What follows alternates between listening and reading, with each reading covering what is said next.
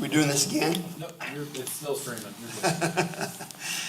Before we get started, I'd like to acknowledge Joshua Owens, our new Planning Commission member for District 4. Welcome. Thank you. Glad to be here.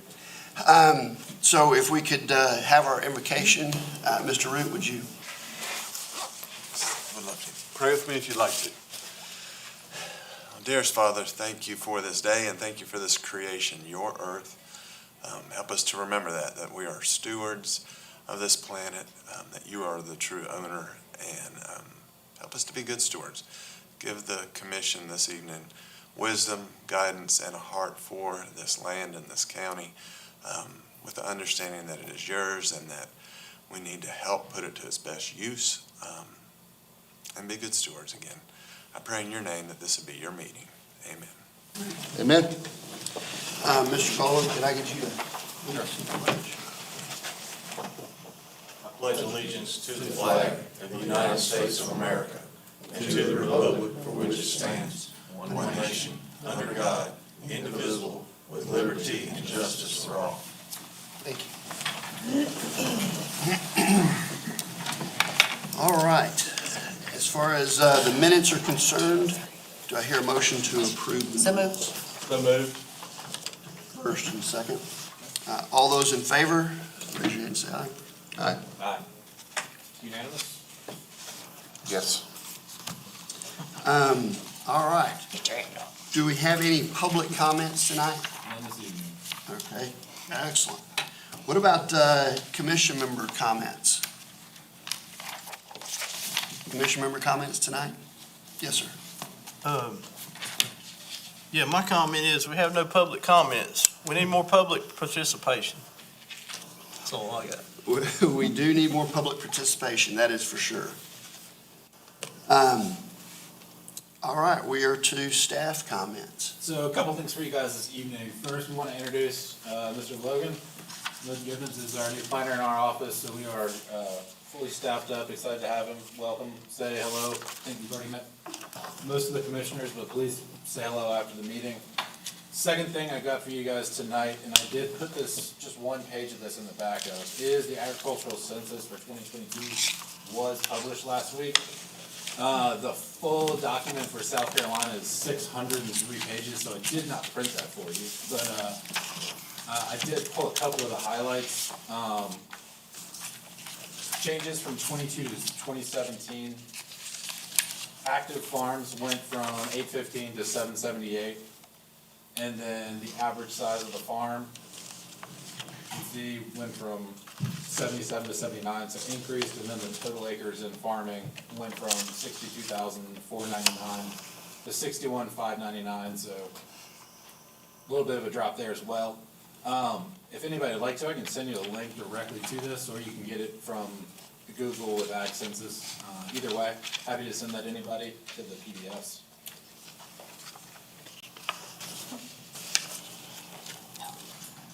That's all I got for you guys tonight. All you got? All right.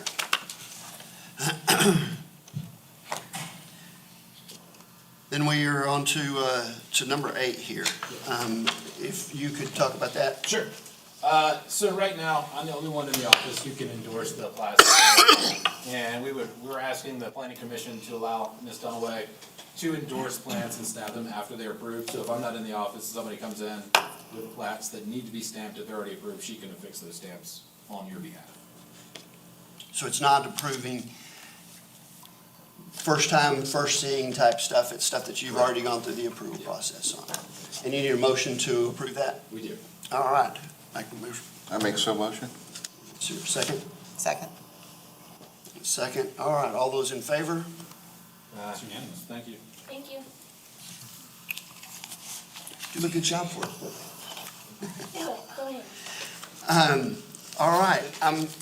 I am hopeful that this will be a short meeting, at least shorter than our last meeting. But I feel like we really made extremely strong headway with regard to the commercial junkyard ordinance. Before you is what Mr. Root came back with. It includes information that James and Mr. Root got together on with regards to administration type stuff on how the processing will work and whatnot. Hopefully people have had a chance to look over it, but I'd like to kind of turn it over to Mr. Root now and tell us where he is with it, if he feels like this is a complete document and where we need to go from here. Yeah, very, very close. And I think, second thought, James, it probably would be best if we can put that track change version up now, just to run through it so y'all can see the changes to, I'll call what you worked with last time. You recall it had red lines, but they weren't true red lines, they were red text.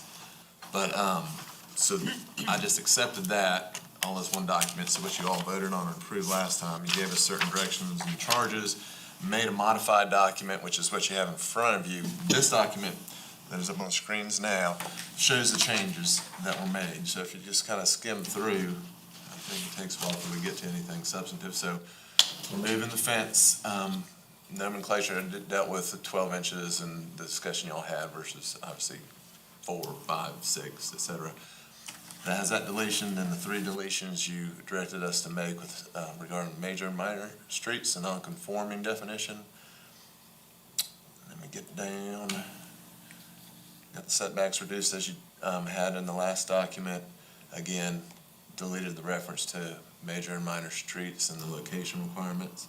Then we get down to probably the first substantive change, which is with electric vehicle batteries. So this is the one I dove back into to make sure that that my thoughts and prior research, as I recalled, about preemption was accurate, and it is. So if we've got anything that conflicts with the state law on this subject, then that's unlawful. Now, if we have something that's consistent with state law, we're good. What I did was tweak the language that we had just a bit. And I guess it's easy enough to read here. But if you see how I wrote it, it's electric vehicle batteries shall not be stored or handled at a commercial junkyard. So that's the initial lead-off sentence. So phrase it a little bit differently. I'm not saying we're shifting the burden, but it kind of does that. Unless such storage or handling is expressly permitted by, and such activity is done in strict conformance and compliance with the hazardous waste, universal waste regulations in this case. So what I tried to do there was, I don't believe we can fully ban it, prohibit it across the county, but this way it puts the onus on the owner. When the county finds out about, or you've got an EV battery, you've got something that could potentially run afoul of this, show us where you have the permission, express written permission to, carry on this activity. Otherwise, it's banned. So that, I know y'all wanted to, as I understood it, steer towards completely prohibiting the batteries and the ancillary components as best you could. So I think this gets us as close as we can to doing that, at least as far as the shifting kind of the burden. Does that make sense? Mm-hmm. All right, because it's kind of a small and nuanced change, but it does make a substantive difference. So, but the rest of it still reads the same. The biggest deal is at a state level, or sometimes you got to go to multiple sources to find if you're in compliance or not. And I think putting something in black and white at a county level that's pretty clear cut and easy to read and not necessarily in legalese, it at least gives James or someone the opportunity to say, hey, here it says this, are you doing these other things, that they can then go do whatever research. But it at least tells them, hey, here's a stop sign to pause. Right. And we put the DHEC regulation citation there. Did speak with the DHEC official again today or yesterday. I think it was today. But the landscape really hasn't changed since last time I talked to him. It was essentially, yes, follow the universal waste regulations. Yes, we're gonna do something about this that is more particularized for EV batteries, but we haven't yet. And what's first gonna come out is probably something more akin to a guidance document as opposed to regulation. I think they're waiting for EPA's lead on it, and they'll follow and mirror what the EPA does. But so that's not around the corner, but it's on the horizon, I guess. So this is what we have, I think, is the best at this juncture. So that's right there. And I was just gonna skim through these. We can go back and take as much time as you want. But that was a substantive change. Joseph, can you scroll down? Just a question on that. Yeah, absolutely. Is there anything in there that would allow for a person to realize that there could be other changes coming, besides what you cited there? Well, What I'm thinking is just, if they refer to just that, and let's say there's some other code that is not that, but they go just there. So I'm not sure if that it's, sequence, so maybe that's what you got in there at the very end there. okay, that just means the regulations that follow that particular site, so at SEC is generally like 1 through 5, you may put 1 at SEC. But, so it's just a legal way of citing. So if we're gonna say, hey, this could be amended, we'd have to put that in everything that we write, because everything could be ostensibly amended. But if we're referring to, hey, there may be some other hazardous waste regulations or statutory law, decisional law that binds on this, that's included above. When we talk about, hey, you gotta follow all hazardous waste regulations, so that's kind of the catch-all. I'm certainly gonna put in there as maybe amended, but No, I just want to make sure we're covered. changing, it sounds like we are. yes, sir. All right, so this is where we have the most substantive tweaks, I'll call them, and it wasn't anything different than what you all directed, it was just getting it in place. So this is a lot of red or blue. Certainly gonna be easier on your clean copy that you have, it at least shows where the changes were made. Primarily detailing out and getting a procedure in place for application, both application for new junkyards, registration for existing junkyards, and then detailing, as you all directed, what may cause one to lose the grandfathered or non-conforming status.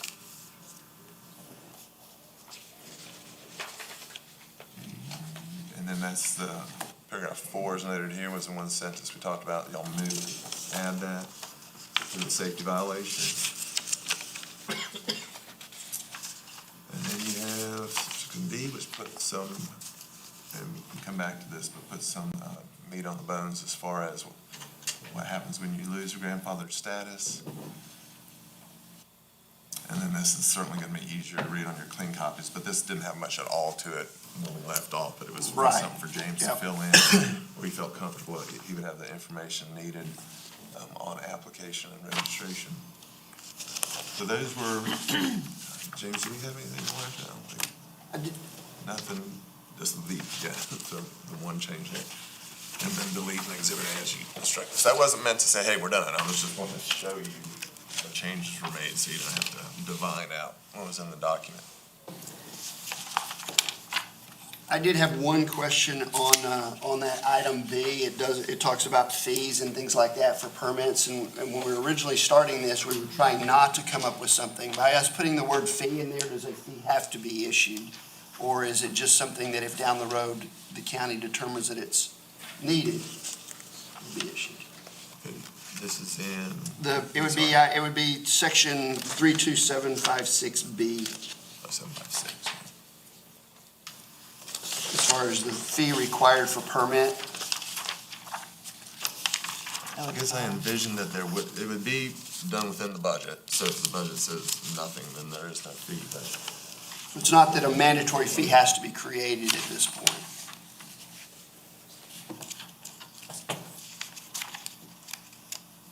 So the terminology is registration, not permitting, right? So why would it even apply to a junkyard B right now? Yeah, Not it is actually in a permitting loose that. sense, right, I'm with you on that. In a loose sense, I mean, it's permitting, but I think the notion here, we're talking about application and registration. This is really out of context if we keep the historic language that's been in there. What we could do is just fees for the required application and registration, if any, will be established and published by county council. It's Okay. very I'll make a simple. motion that we amend it to what he said. Second. Mr. Haney seconded. Any other discussion? Yes, ma'am? Back over on G7, Hold on just a second. We're still working on this motion of sorry, amending sorry. B. Any other discussion with regard to that? All those in favor? Aye. Okay, I have a question. sure. Under 754, the regulation, G. So the batteries, electric vehicle batteries shall not be stored unless expressly permitted by. So, do they have to go to DHEC or EPA to get this permission? Do they post a certificate saying we are authorized? I mean, how does all that work? I think it just depends on what's going on at the time. So that's why I couldn't delineate all the potential types of documentation they could get or when it may be required. So to the extent though that they have an EV battery on there, it's prohibited unless they can show us something that shows it's permissible.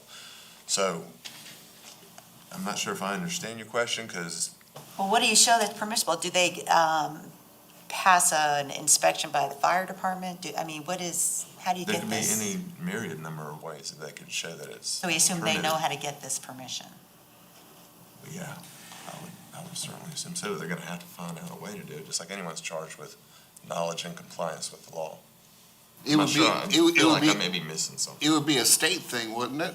Yes, it would be. I mean, they'd have to apply to the state or It to could get to whatever permitting process they go through. It could be a letter from DHEC saying, hey, this doesn't apply to you, so you're good. It could be a permit, the MPDS permit, I suppose, could have some of Right. the details on it. It could be a memorandum that is new that comes in and says, hey, doesn't apply, and we're good. So there's a number of different things. If you want to outline the way you think, it's gonna make it easier. I'm assuming you're trying to make it easier for the public. Yeah, I just didn't know how they were supposed to prove that they are authorized to. So the universal waste category does have certain guidelines that have to be followed if it's considered universal waste. And DHEC has certain requirements that are required for junkyards, and as those DHEC requirements, it sounds like, become more stringent or more robust, they would then become applicable as well. And if I'm understanding Mr. Root correctly, he doesn't want to write something in that as DHEC continues to evolve on theirs, then all of a sudden we become in conflict. Instead, it just says, you're not doing this unless you do whatever is required at the moment by those state institutions. Which could be, I just don't want to limit the ability of the owner to show that proof, because it could be any number of things, really. I mean, it could come up, you think about it long enough, it could be a historic document that shows that these materials are not reactive or ignitable. It could be, I don't know, kind of imagination is a limit. I don't want that to be curtailed, their types of proof that they could offer, just so long as they can show that's expressly permitted to James's position or the. So just devil's advocate, so this is relatively new territory, right? And so the junkyards that have been around for a long time, how do they know that they are responsible for getting this permit? Are we gonna tell them, hey, in case you get this, please get your permit? I'm not sure how the enforcement would go about it. I mean, we've got enforcement issues with Actually, that brings up a real good everything, point. really. As these junkyards register in, we probably need to be able to send this information out to them as far as saying, here's the new ordinance. Do we need to have some sort of staff policy as to how that's going to work as people register in? As people register their commercial junkyard, have a policy about sending them a copy of the ordinance? Sending a copy, well, I mean, they're going to have to be aware of the ordinance in some form or fashion to begin with. So we've already identified several that we think are in operation. Okay? What we can do is we can immediately send, like, if this actually passes third reading council and gets approved, we would send all of them the letter, hey, we think you might be a commercial junkyard. Council recently approved a commercial junkyard ordinance. If this applies to you, please register steps A, B, and C. Okay. Yeah. But there is some onus on them that they, it's an 8-month period. It's probably not gonna be immediate. We don't know if we have identified all of them at our operation or not. So we will try and advocate for that. Putting something in that would amount to a requirement on the county to notify folks of the law, I think is just troublesome. I would agree. Everyone's charged with knowledge of the law. As you know, if you've been ticketed for going 45 and a 35 and you thought it was 35, 45, same concept. So you gotta know what the law is and follow it. If we tell everybody, that's great. If we tell it, we write it, codify that we're gonna tell everybody, and we don't, then Yeah. And I wasn't suggesting it to be written, I was just bringing up the point that, okay, it does need to be made aware gotcha. as best we can.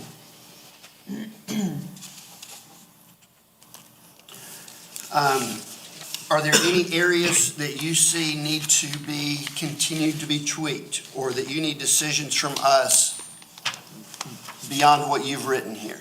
The biggest item would be the attachment that James sent out this afternoon regarding site remediation and bonding. Again, in digging back into the hazardous waste regulations and in talking to the DHEC inspector, I did not feel, while they have authority and while they have the manpower, person power to do this, I didn't feel like their focus is on this type of enforcement at a solid, or at a junkyard. The lady who I spoke with today says, they don't really do a whole lot with that, though they know it could be certainly a hazardous waste site. She said they're gonna be subject to permitting requirements, and a lot of the chemicals that they're concerned about, oil, et cetera, is gonna be, subject to that, monitoring and making sure there's no migration of it. But there wasn't anything that made me feel like, all right, there's gonna be a robust effort when these things shut down to ensure that they're cleaned up. What usually happens, and I think what would happen here is 20 years down the road, it is somewhat cleaned up and sold, and someone wants to develop something on it, and then they have to go through the voluntary cleanup process with DHEC, kind of the Brownsfield remediation process. There's a number of different ways that someone's gonna have to clear this for hazardous waste purposes to reuse it. But that is reactive and it's down the road. This site remediation and bonding, it's very similar to what I found with Lexington County. Obviously, it's very much discretionary, and it's y'all's discretion if you want to send it up, but this at least requires site remediation plan with the elements listed, and then a bond, which I think Mr. Haney brought up with pretty general terms. So something I think that would potentially be helpful. Probably going to get frustrated folks on their application with this, but again, it's a matter of what level of import you put on it. The concern that I would have it is for existing junkyards, if we put this in there, and I don't know what a bond would cost for someone putting up a bond, but my concern would be if somebody says, I'm done, then, and just walks away, and now the county is stuck with something that we didn't intend to necessarily happen, at least not happen today. Is that, So you're talking about someone who comes in to expand, they're going to lose, because this wouldn't apply to. okay, so existing, not applying it all to existing, just to new. Or Yeah. expanding. New Or commercial expanding. junkyards or expansion of an existing non-conforming one, then those would. But yeah, I see what you're saying. And I did read that, just wanted to make sure that it was something that was applying to everything moving forward and not to this non-conforming or quote grandfathered in. Correct. And I don't know what the bond cost is going to be. I imagine someone may have an estimate of this kind of performance bond. I don't know. I'm sorry, Mr. Collins.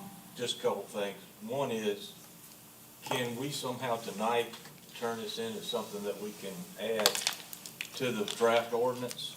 Yeah, all you have to do is make a motion to add, the site remediation and bonding provisions that are on the screen that were provided to you, and it would really go at the end of the ordinance, probably right before enforcement. So you find the proper place to put it in. Actually, no, it would be a new 32,757. I'd put it right at the end, probably. Okay, the other question I have, just a matter of clarity for whoever might be reading this.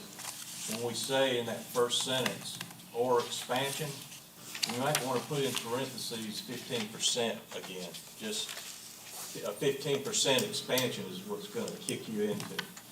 If any other kind of expansion less than 15% is not. So that's why I was just suggesting for clarity.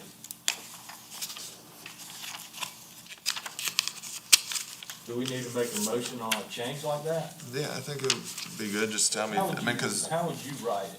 So I would that- leave it as it is, just because they know when it's required within the ordinance, when registration is required on expansion.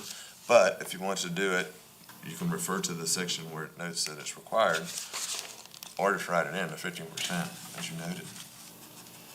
Well, just, the only reason I brought it up is I was just trying to make sure that if anybody read this part, that they realize that it would take a 15% or greater expansion in order to put you into, out of the non-conforming commercial junkyard. Okay, I'm not trying to, make a big case for that. I thought if it was something worthwhile, but again, it sounds like Mr. Root's saying. You could say Rich, as per C2, expansion as per 3275, C2, yeah, I would just say, C2. C section 32,755 would that change the meaning behind it? would not. Do we need a motion to do I'd like to that? move that we do that, please.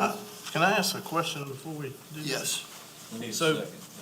And this is a question to the lawyer. Can we get a second on my motion, please? Second. Just for discussion. More Yep. for discussion. Yeah. Go ahead. So why would we not, instead of making a new 32,757, why would we not make these, section,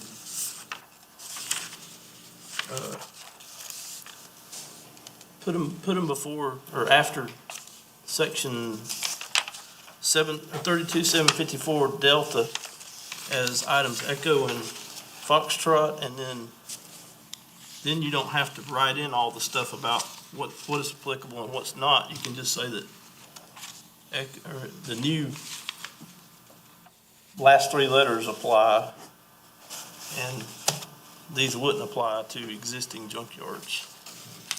I'm not wedded to anything, I was just trying to figure out a place to plug it in, so as we sit here, I'm good with wherever y'all want to put it.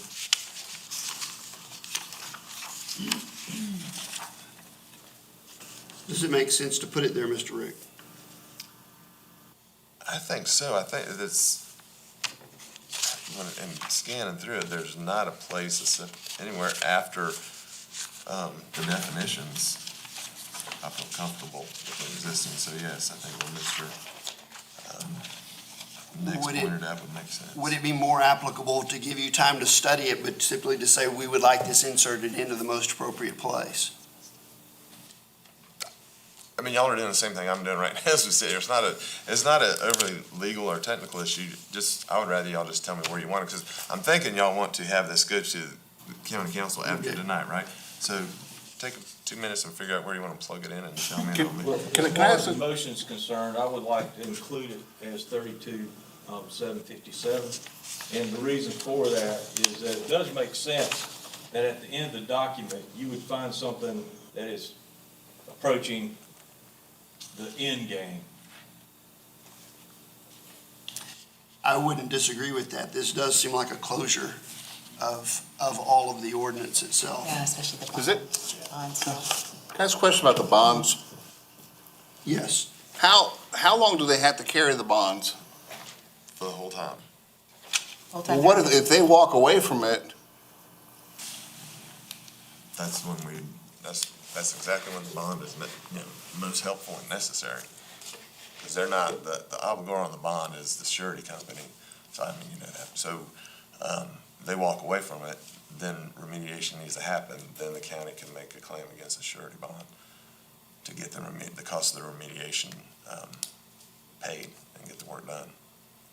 So, I mean, that is the most salient time when you'd want a bond. I agree with you, though. Is there gonna be some kind of enforcement, though? I mean, are you gonna know somebody walked away from it? Well, all of this, I think the ability or need to do any kind of site remediation, losing grandfather status, all of that's gonna be dependent on us being able to track these. To Okay. some degree, we're gonna have to. Okay. Chair. So my question is, how do we determine the expansion is greater than 15%? So what we added with the registration or of the non-conforming, the grant, is they need to tell us what they're doing, and they need to also provide the site plan that explicitly shows the area that they are using. And then from that, we can use that and go back on Google Earth and things like that, and look at it, kind of benchmark where those corners are, the area they're using for the junkyard, for the junk storage.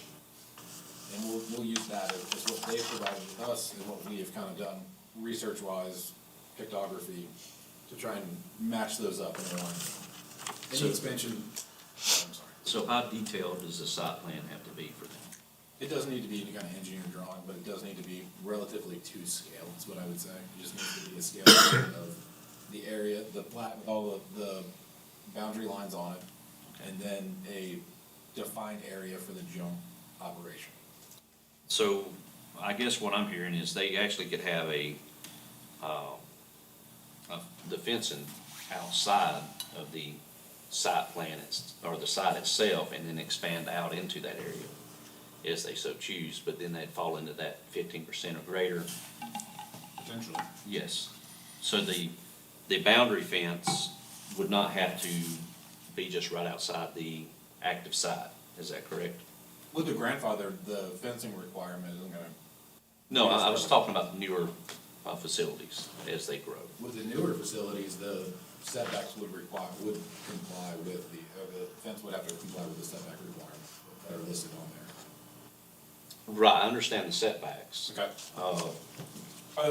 I see. So. Yes. Yes, they could use a smaller area in the middle of it and grow outward for what they have said is, this is the commercial area. Okay. Do you want to restate your motion? Well, my motion is to table this work that's been done by Mr. Root under site remediation and bonding. And with some of the tweak that we did on the, expansion, to include that in the draft document for the junkyard commercial ordinance, commercial junkyard ordinance. Okay. Any other discussion on that? All those in favor of adding this to the ordinance?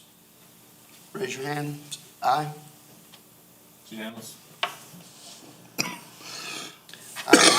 Thank you, Mr. Root. That was one of my major concerns about not having an in-game plan. Are there any other, and I'm going to bring it back to you, Mr. Root, one more time. Is there any other area that you see that we need to be involved in tweaking before I ask for a motion to approve this for council?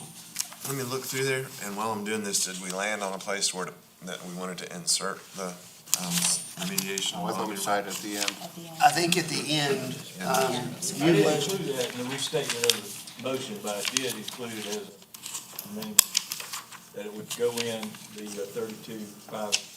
757. is that unclear to anybody? No. Okay.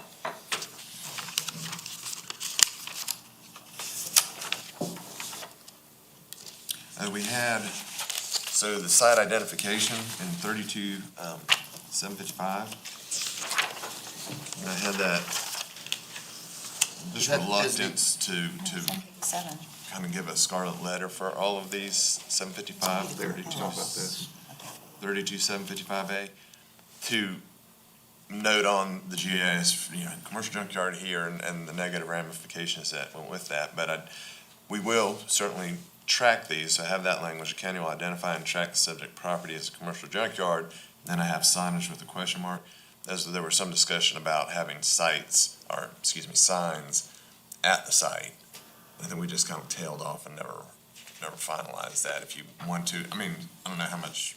My original Benefits thought gonna- behind having it somehow in GIS is that it would be readily available on the internet for people to see, and they could see properties and where those are located. And just as the landfill is designated as landfill, you could have junkyards designated the same. But since that's not possible, I don't see a reason to mandate it. If somebody wants to do it for their own business of saying, hey, I'm a junkyard, I don't think we should require it of them necessarily. You're probably going to see that it's a junkyard, but Mr. Chair, yes, sir. the signage we're talking about, is that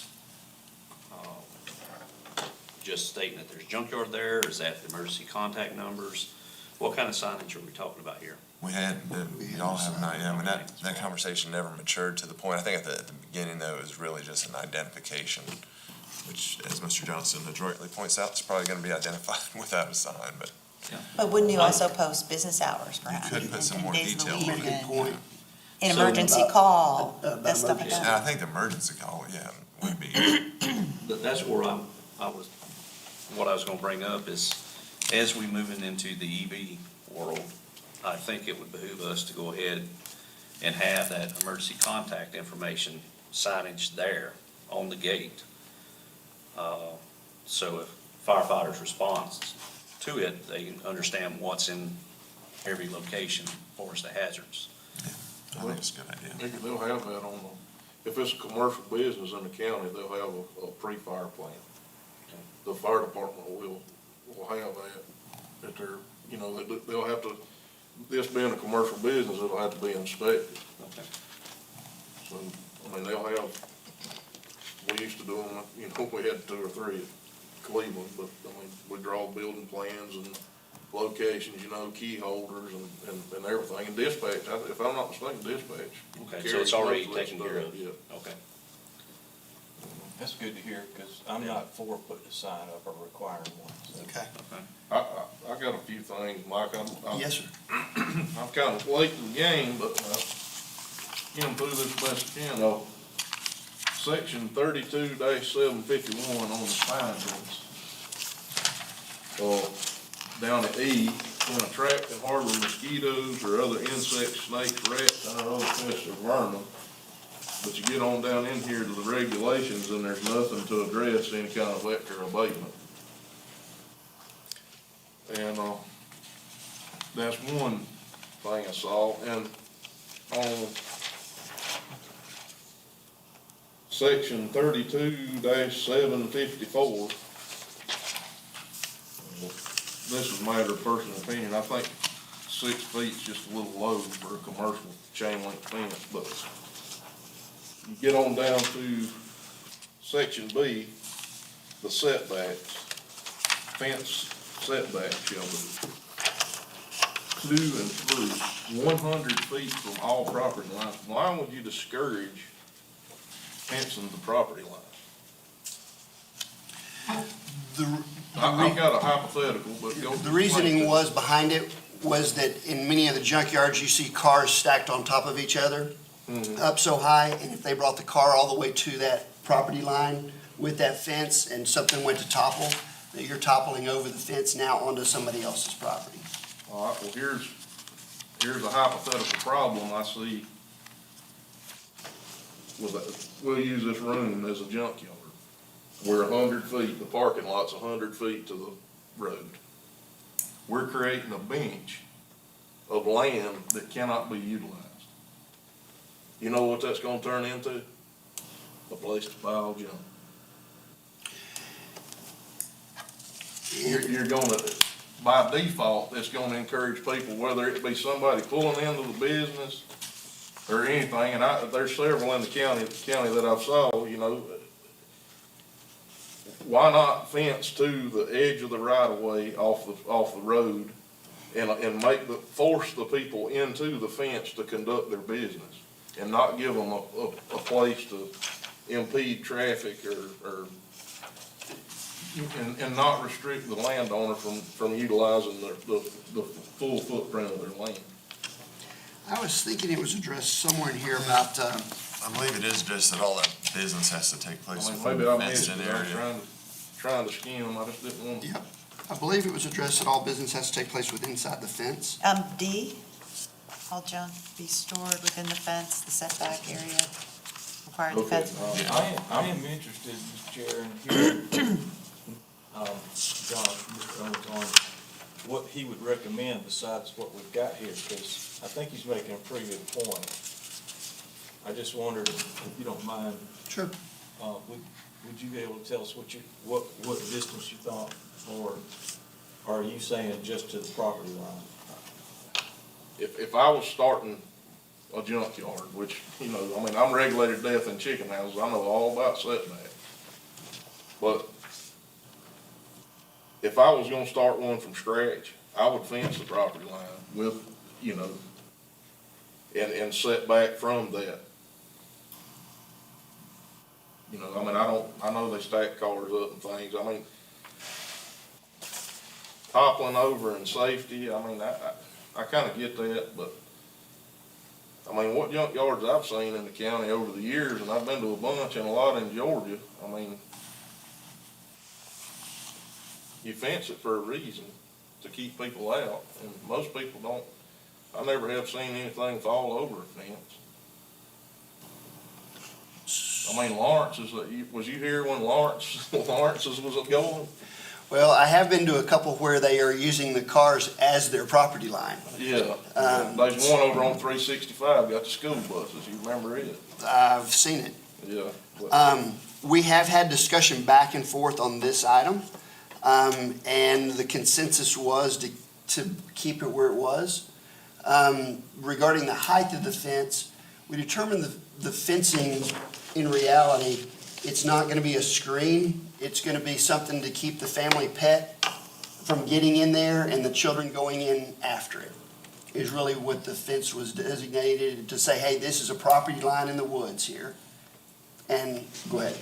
Well, Mr. Chair, I just also want to help clarify is that when we send this to the county council, you know, we feel like it's good verbiage. We've done our due diligence with Mr. Root and James, and everyone's had a long time. Matter of fact, I brought this just as a show and tell. This is what, when we first started talking about junkyards until now, that's the amount of paper that we've been covering. So anyway, here's the philosophy in my mind, and I hope other people can buy into this. I don't think that we'll have necessarily a perfect document when we send it to the council, but it's something that they can use and move forward with. And that would be my primary purpose tonight, is for us to agree that we've been through this a lot. We're at the end. Let's don't change a whole lot of stuff. Let's just try to move forward with what we've got. That's my opinion. I hope we can do that. Yes. I like what Josh is saying, and I think he's right. So, and I know Gary ain't gonna like this, but I'd like to make a motion that we change 32-754 Bravo 2 to be 100 feet and Bravo 3 to be 50 feet. That gives the property owners a little more room to do their work. You'll need a second, Mr. Chair. I second that. So we're bringing 2 from 125 down to 100. And we're bringing 3 from 100 to 50. This room from here to the wall is, what would somebody say, 55, 60 feet? 2 foot panels on the ceiling. There's no way cars are gonna topple from that, in any junkyard in Oconee County, that cars are gonna topple from that wall over fence to right here. So, Electric battery cars, they've got. Celebrity. Launch It's been 4 capability. years of this. We have a first and we have a second. Is there any discussion additional to this? On this item? All those in favor of moving items 2 and items 3 and reducing those down, raise your hand and say aye. Aye.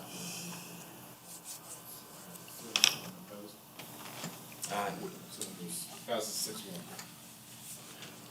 Mr. Chair, Yes, sir. I'd like to discuss some of the definitions.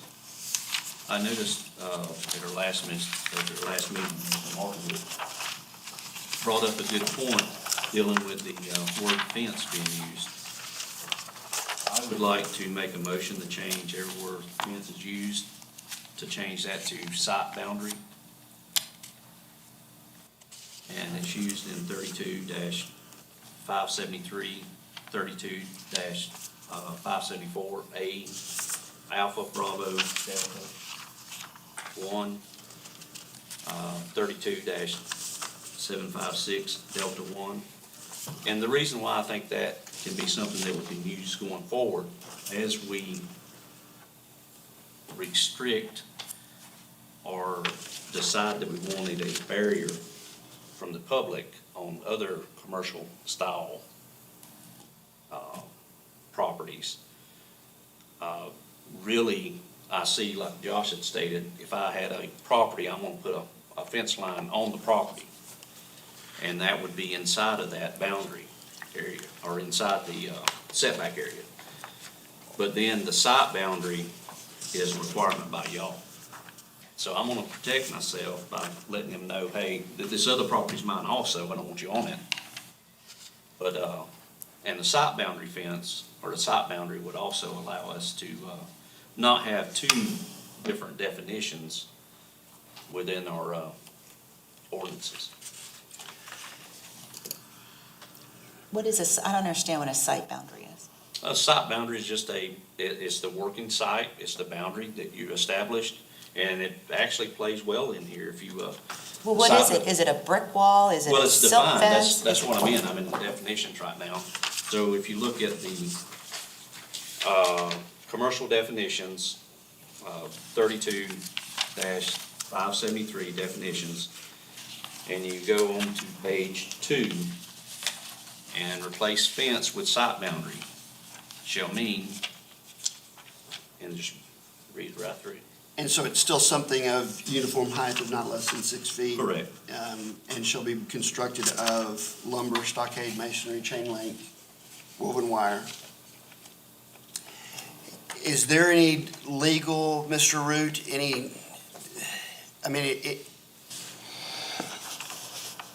is there a legal reason why we should not change that word? I mean, it's kind of common parlance is use fence. I mean, I think this as pointed out, didn't know what a site boundary was. I didn't know what it was off the top of the head. If we just change the term, it's still the same thing. I don't know that it's a problem, but everything is, all the setbacks are anchored to fence. And that can be changed, but I don't know if that jives with what you're saying with kind of having two perimeter markers also. Well, did you, well, you was here for Mr. Markovich's, did that have any, It didn't, to the extent, he went to the world is on fire part with the fence, and I like Tom's, I'm not dissing on Tom at all. But it does make sense because those are not, things that generally we allow them in the setback areas. This is different. However, I disagree that everybody should be treated the same in this regard for equal protection concerns. I don't have that. Junkyards are very different. They're very dissimilar from my house or most commercial businesses. The desire to keep folks out, debris in is heightened. So I don't have a problem with having the fence and having the setback being outside of the fence. No, so I didn't understood his concern. It was accurate, and the fence can be in the setback in other areas. This would be different, but there's good reasoning for it to be different. So that passes the equal protection concern that he brought up. I just want to mention that we don't have a motion on I was just this. about to ask, was this had you made a motion to this yes, I effect? had made a motion. Was there a second to this? No. So no second to it, there's no vote, it stays as fence. All right. I'd also like to make another motion.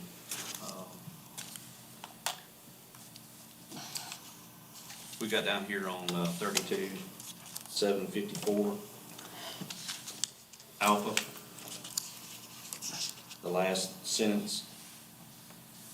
It states that the fence shall be constructed and maintained so that the commercial junkyard is protected from access by children and other trespassers.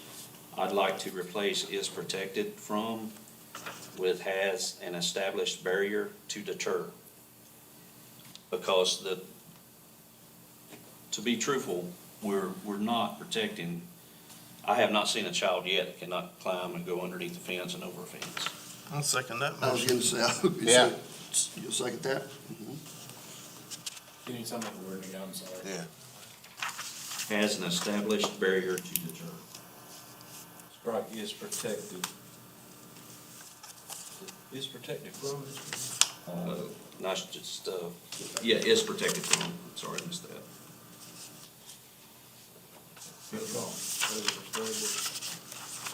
Has an established barrier to deter. Access and the pickup there. Not children and other trespassers. I think you could even skip children, and just say all trespassers, couldn't you? I mean, Yeah, Kid- children are trespassing. They are. I think just the whole attractive nuisance concept, and it usually goes with children, was the reason. I'm pretty sure that's why that children were called out specifically, but you're right, it doesn't make a difference legally. Because, I mean, the kids aren't gonna be reading this. No, but I like the children in there just because it gives reason to say, this is why we're doing what we're doing, is because of the Okay. children. Sold. We have a first and we have a second. Is there any more discussion on making that change? All those in favor of the change, say aye. Aye. Was it all unanimous? Was it? 7-0, thank you. Yep. And, Mr. Chair, one more. Sure. That was a good catch on the last one. Section 32, 573, under definitions, commercial junkyards shall mean any land or area used in whole or part of as a business. We really have not defined business. I would like to insert right after business, with the intent to generate revenue from the storage, handling, and selling of junk, and take out 4 right past business. Can you say it one more time, please? Yeah. To generate revenue from the storage, handling, and selling junk.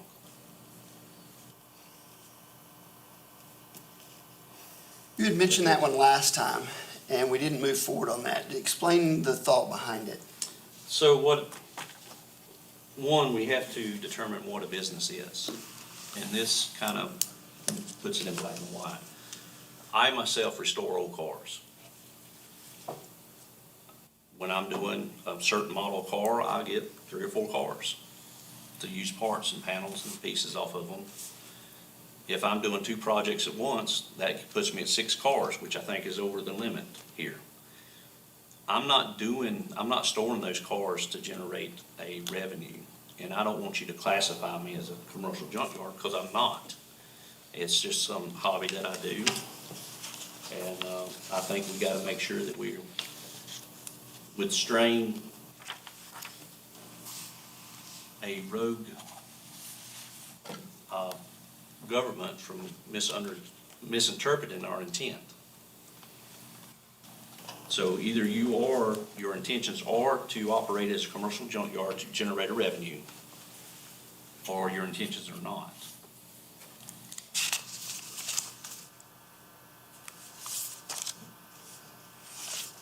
We got a second on that, didn't we? Are we open for discussion? Second. Are we open for discussion? Yes, sir. I'd just like to say, I think either way could work, but again, most people know when they read the word business, it brings about, an intent to make a profit or bringing in revenue or something. So I would just suggest that was one of those places that we could just leave it as it is. And, this is gonna be reviewed again. I don't think it needs to be changed now. Mr. Root, I'd like to know what you think about that. I like the broad definition of business along Mr. Gallman's line of reasoning. But I've been sitting here thinking of ways that, intent to generate revenue could fail, or be problematic, and I really haven't come up with any, especially if we add with the intent or some other catch-all language, or which has actual effect of generating revenue or is in commerce, just to give it a little bit more width, but. Okay, you I don't- could either insert way. revenue generating business. You want, I think it should be the intent, because Certainly comes loose. some person may have the bright idea, hey, I'm gonna go into the battery storage business and not generate a revenue. I see what you're saying. It does make a difference. Well, it's got Mr. Root's blessing, I would vote for it. Are you saying it's okay? I think so. I'm trying to come up with just a little bit, like I say, some wider language, and whole or in part as a business with the intent, comma, or which does actually, comma, generate revenue from the, I think that, I would say intent instead of actual. I would Yeah, say because intent as people opposed to actual. might when not. I was gonna say intent, like, so there's gonna be people say, that's not my intent. I'm good with just not making money or generating revenue. I'm just promising you, I that's know. that's what they're gonna say to the first code official who walks out there. So if we could say, or which actually does, or just something to broaden it up a little bit, I'll just do both. The Okay. intent is gonna be in there, and then adding, or which does generate revenue. I'm just Except for your friendly amendment. Just kind of throwing them out right now, as you see here. I think Mr. Haney's definition will work. It's really, for either way, it's gonna be, we're gonna cast it out on the water and see how it floats. Is there a downside that we're not thinking about? Can people, in other words, skirt around being a commercial junkyard? I mean, that's the only downside is business is very broad, so they're gonna have a hard time arguing against business. But again, it's very broad, so it could capture people who are not in the business of commercial junkyards. But Instead of maybe saying with the intent of buying and selling junk. Well, I think if you're skirting around being a junkyard and you're making revenue, you've got bigger problems. I mean, you're gonna file, you should be filing the taxes on your revenue that you generate. So it's not like, I don't see how you could hide from being in a commercial business one way or another. Let me ask it this way, Mr. Root. Somebody doesn't register themselves as a commercial junkyard. Somebody comes in and complains to James that I've got a commercial junkyard next door. Does James still ultimately make the call as to whether it's a junkyard or not, or does he have to see their books? he's gonna make the call, yeah, I mean, one way or the other, with whatever data he has. Even though that language is in there or not in there? Right, so if you go with either language, he's gonna have to make a judgment call on. And he would Yes. still deem it, or could still deem it, you're a commercial junkyard, Right, according to, right. Well, he would file a thing with the sheriff's department, wouldn't he? my question is about putting there to generate revenue, does that mean he has to take one more step at looking at books or something of that nature? Well, no, I think the intent question doesn't necessarily cause you to have to look at the books. I think it just is a means to anchor it to something.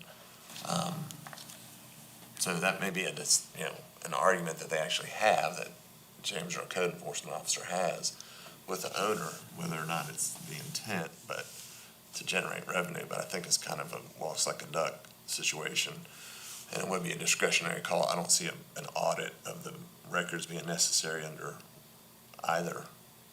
Falling under that same premise, if a neighbor calls and says, Mr. Haney has a commercial junkyard, does James make that call Yeah. as to whether that's actually Somebody's- happening or not? It's gonna be a code enforcement officer. James is not a code enforcement officer in Yeah. the sense because he can't have dual office concerns, but essentially he still isn't very much involved with the code enforcement officers within his department. So, but yes, the code enforcement officers would make that discretion, and they certainly and likely in a close call would confer with James and the county attorney and county administrator.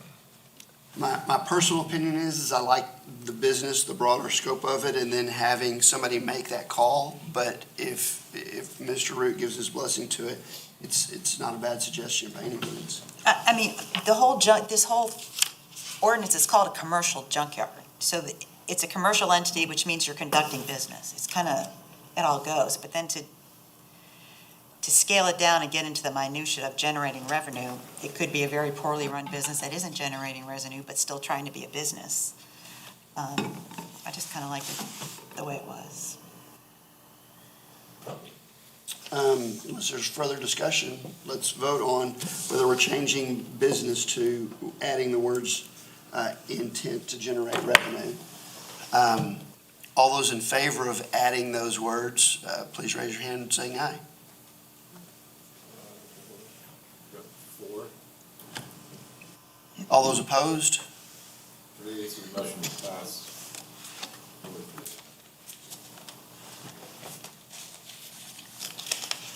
Were there any other changes? No, that's it. Any changes by anyone else? Then I'd like to make a motion that we, with the additions and changes that we made tonight, that Mr. Root prepare a final document to be sent to county council for their approval. I second that motion. Could we, friendly amendment would be to the chair of the county council. Because I don't really want to go to a subcommittee. Right, no, to the chair of the county council. It'll go to county council. Obviously, they can direct it to a subcommittee if they want to, whatever to do, but it'll go to county As council. far as the motion's concerned, I was asking. I got you. Yes, sir. Yes. Second. Yep. I'm gonna put it this way. Second. All right, is there any further discussion on this? All right, well, let's see, all in favor of sending this to county council with these changes, say aye. Aye. Aye. That was All those unanimous. opposed? Well, we don't have any opposed. I'd like to make one more motion if I could. I'd like to make a motion that on when this goes to council, for me to be able to speak to council as coming from the planning commission, that we feel like that we've got a really strong workable document when we're asking their approval. Second. Any other discussion with regard to that? All those in favor say aye. Aye. That was also unanimous. Thank you all. I think we are at the finish line, at least with regard to our responsibilities on junkyards. All those in favor of adjournment,